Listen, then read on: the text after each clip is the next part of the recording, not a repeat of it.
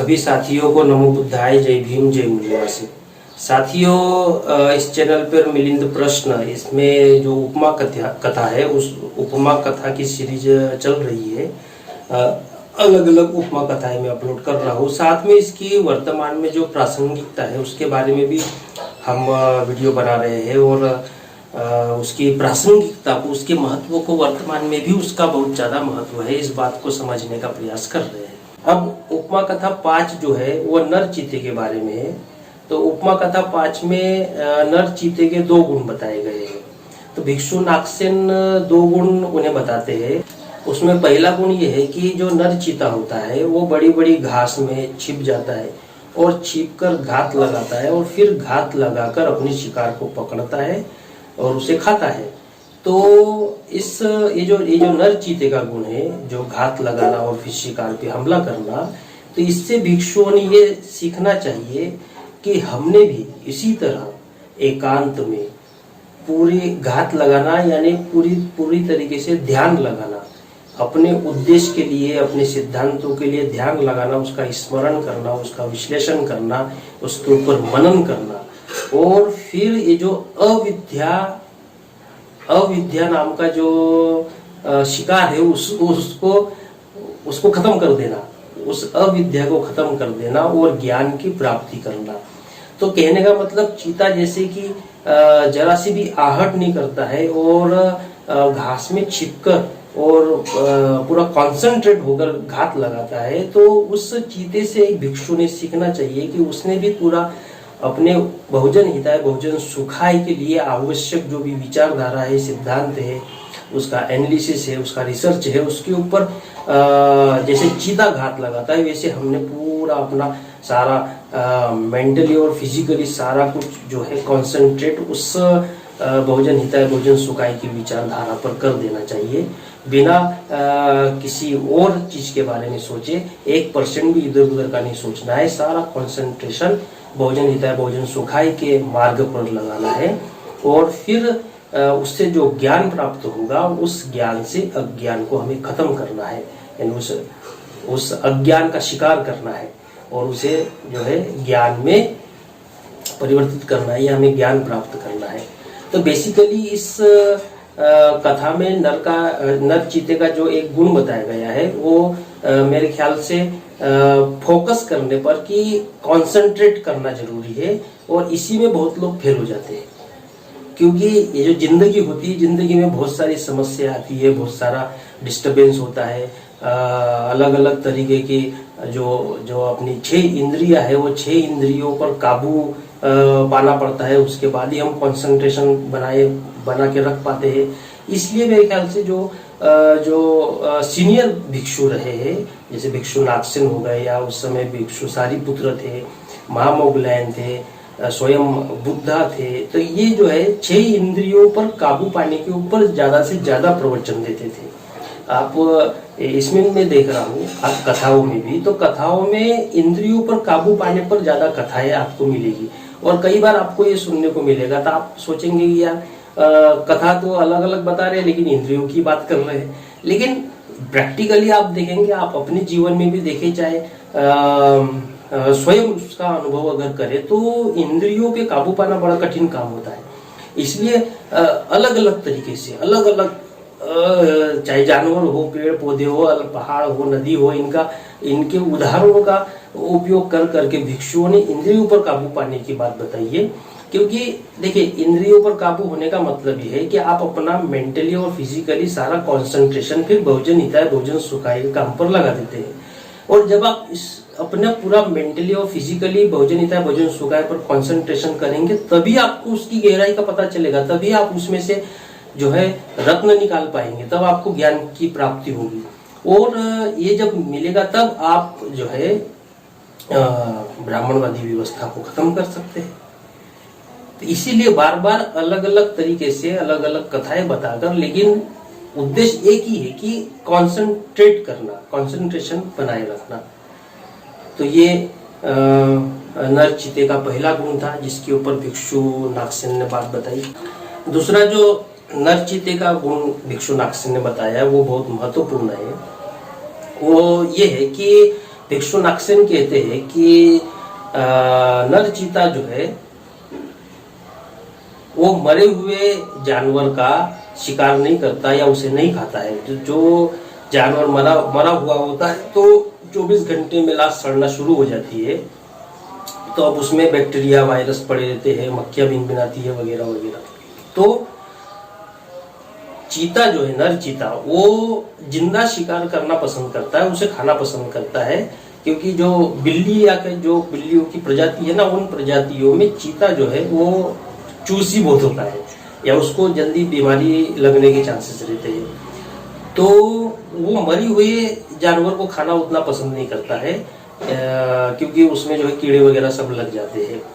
तो वो जिंदा जानवर का शिकार करके खाना पसंद करता है। इसका एग्जाम्पल देते हुए भिक्षु नागसेन कहते हैं, जिस तरीके से नर चीता जो है वो मरे हुए जानवर को नहीं खाता है बल्कि शिकार करके खाता है, तो उसी तरह भिक्षु ने भी, जो बुद्ध ने जिस जीविका को निंदित किया है, जिसको गलत जीविका कहा है, मिथ्या जीविका कहा है, उसका उपयोग करके भोजन दान ग्रहण नहीं करना चाहिए। मतलब वो कहते हैं कि भिक्षु ने जो है किसी को बांस देने पर, पत्ते देने पर, फूल देने पर, फल देने पर वो भोजन दान ग्रहण नहीं करना चाहिए, या क्या बोलते हैं, किसी की खुशामद करके, झूठ सच बोल के, ले दे के, या किसी का मैसेज यहाँ से वहाँ पहुँचा के, या किसी के लिए वैद्य का काम करके वो भोजन दान ग्रहण नहीं करना चाहिए। तो उस समय बहुत सारी ऐसी चीजें होती थी। अब भिक्षु जो है वो अब अलग अलग गांव में, उस समय कोई टेलीफोन ये सब तो था नहीं, अलग अलग गांव में रिश्तेदार रहते थे, तो भिक्षु एक गांव से दूसरे गांव जाते रहता था। तो उपासक कहेगा कि हमारा ये मैसेज वहां पहुंचा दो। अब वो मैसेज पहुंचाने गया और फिर उसने कहा कि अब मैंने मैसेज पहुंचा दिया, मुझे भोजन दान दीजिए। तो इसको गलत जीविका कहा है। तथागत बुद्ध ने इसे मिथ्या जीविका कहा है। आपका काम इस गांव से मैसेज दूसरे गांव में पहुंचाना नहीं, बल्कि भोजन हिताय भोजन सुखाय की विचारधारा का मैसेज समाज तक पहुंचाना है। तुम तो किसी परिवार का मैसेज दूसरे उनके रिश्तेदार के यहाँ पहुंचा रहे हो, तो ये मिथ्या जीविका है, किसी की खुशामद करके। अब होंगे ऐसे बहुत सारे भिक्षु, हो सकता है, तो किसी खुशामद कर रहे, अरे भाई हमको तो भोजन दे दो, भूख लग रही है, हो गया, चलो मैं आपका ये काम कर दूंगा, वो काम कर दूंगा। वैरायटी के, देखिए संगठन में काम करते तो वैरायटी के लोग होते हैं। भिक्षु संघ में भी ऐसी वैरायटी के भिक्षु रहे होंगे, इसलिए तो बुद्ध को ऐसा कहना पड़ा। तो खुशामद करके और फिर हमें भोजन दान दे दीजिए, तो वो मतलब खाना ही उद्देश्य हो गया, भोजन दान ही उद्देश्य हो गया। भोजन हिताय भोजन सुखाय की विचारधारा गई तेल लेने, तो उसे बुद्ध ने मिथ्या जीविका कहा है। और आगे कहते हैं कि वस्तु की अदला बदली करके, फिर कोई कहेगा आप जा ही रहे तो ये 5 किलो गेहूं जो है मेरे जवाई के यहाँ पहुंचा देना। तो ये जो अदला बदली है, ये अदला बदली करना, ये मिथ्या जीविका है। और कुछ ले दे के, झाड़ फूक करके, अब किसी के यहाँ गए और कहे कि भाई आपको देवी आती, देवी देवता तो नहीं है, भूत प्रेत है वगैरह है, तो जो है झाड़ फूक करके, जो भी उस समय जैसा भी कहते होंगे, तो झाड़ फूक करके और फिर बदले में भोजन दान लेना, ये उन्होंने कहा कि गलत है। अगली बात कही है ग्रहों का फल बता के, जैसे बामन जो है, शनि ग्रह, बुध ग्रह, शुक्र ग्रह वगैरह, इन ग्रहों का अलग अलग फल बताते थे। तो इन ग्रहों का फल, एक भिक्षु जो है ग्रहों का फल बताएगा और फिर कहेगा भोजन दान दीजिए, तो इसे मिथ्या जीविका कहा है बुद्ध ने। यानी उसी तरह जैसे नर चीता जो है वो मरा हुआ जानवर जो होता है उसे खाता नहीं है, उसी तरह भिक्षु ने भी ये समझ लेना चाहिए कि जो मिथ्या जीविका बुद्ध ने बताई है वो मरे हुए जानवर के समान है, उसमें कीड़े लगे हुए हैं, बैक्टीरिया लगी हुई है, मक्खियां भिनभिना रही है, उसे नहीं खा सकते। उसी तरह ये सब कार्य करके भी हमने भोजन दान ग्रहण नहीं करना चाहिए। अगला वे कहते हैं अंगों के लक्षण बता के, हाथ की रेखाएं बता के, अंगों के लक्षण, अलग अलग लक्षण बता के, तुम्हारे अंदर ये लक्षण है, फिर तुम ये बन जाओगे, वो बन जाओगे, यहाँ सफल हो जाओगे। ये फालतू की बातें करके भिक्षु ने भोजन दान ग्रहण नहीं करना चाहिए। तो ऐसी और भी बहुत सारी बातें, तो इन सब बातों को बुद्ध ने मिथ्या जीविका कहा, यानी झूठ बोलकर जीविका अर्जन करना, इस झूठे काम को करके या ये भिक्षु संघ के अनुसार उनका श्रमण धर्म नहीं है कि वो ये सब काम करके क्या कहते हैं जीविका यानी कि भोजन दान ग्रहण करे। अगर ऐसा करते हैं तो ये गलत है। तो ये नर चीते का दूसरा गुण है जो कि एक भिक्षु ने सीखना चाहिए। तो इसी तरीके से वर्तमान में भी जो कार्यकर्ता भोजन हिताय भोजन सुखाय की विचारधारा के लिए काम करते हैं, तो आपने भी देखा होगा जब समाज में हम लोग जाते हैं या प्रचार प्रसार करने जाते हैं तो कई लोग ऐसा भी कहते हैं कि भाई हमारी लड़की के लिए लड़का देख दे। होता है ना ऐसा।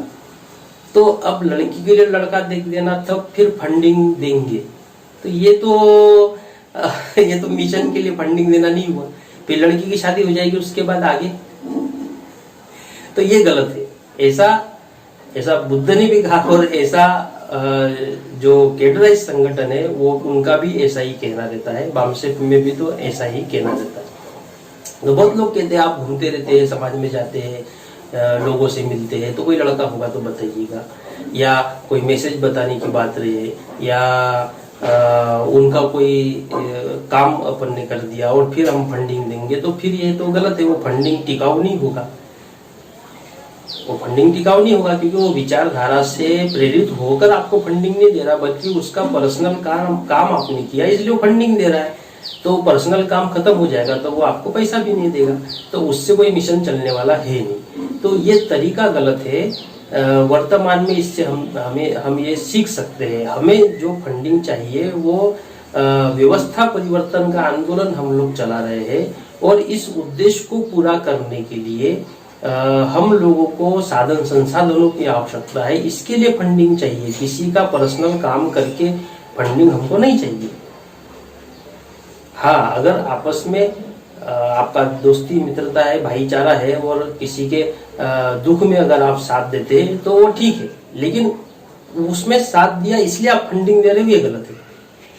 हम आपको साथ देंगे, आपके दुख में सुख में साथ देंगे, कोई परेशानी आएगी साथ देंगे, लेकिन परेशानी में काम आए इसलिए आप फंडिंग दे रहे हो, ये सोचना गलत है। व्यवस्था परिवर्तन के उद्देश्य के लिए फंडिंग दे रहे हैं, ये सोचकर आपने देना चाहिए। 500 की जगह 100 रुपया दे, तो वो टिकाऊ फंडिंग होगा, वो लंबे समय तक चलने वाला फंडिंग होगा, क्योंकि मन मस्तिष्क में परिवर्तन करने के बाद आप वो फंड दे रहे हैं। तो यही तथागत बुद्ध कहते हैं कि ये जो सारे काम है अंगों को देखकर, झाड़ फूक करके और ग्रह बता के और पैसों अपना किसी भी वस्तु की अदला बदली करके या किसी की खुशामद करके, अच्छा अगर आप भोजन दान लेते हैं तो फिर ये गलत है। तो उसी तरह जो कार्यकर्ता है उन कार्यकर्ताओं ने भी किसी की खुशामद करके फंडिंग लेने की कोई आवश्यकता नहीं है कि जी सर करेंगे और फंडिंग लेंगे। ये उद्देश्य व्यवस्था परिवर्तन का उद्देश्य, उस परिवर्तन के लिए परिवर्तन का उद्देश्य हमारा समाज गुलाम है, 2000 साल से ब्राह्मणों की व्यवस्था का गुलाम है। इस गुलामी से आजादी के लिए हम लोग काम कर रहे हैं, और उसमें आपके साधन संसाधनों की आवश्यकता है। उसको समझ में आएगा देगा, उसके लिए किसी की खुशामद करने की जरूरत तो है नहीं। तो ये बुद्ध ने भी इस बात को मना किया है, और आज वर्तमान में भी जो भोजन हिताय भोजन सुखाय के कार्यकर्ता है उन्होंने भी इस बात को ध्यान में रखते हुए फंडिंग करना चाहिए। तो इस उपमा कथा पाठ से हमें ये सीखने को मिलता है। तो आज के इस वीडियो में इतना ही। सभी साथियों को नमो बुद्धाय, जय भीम, जय मुनि।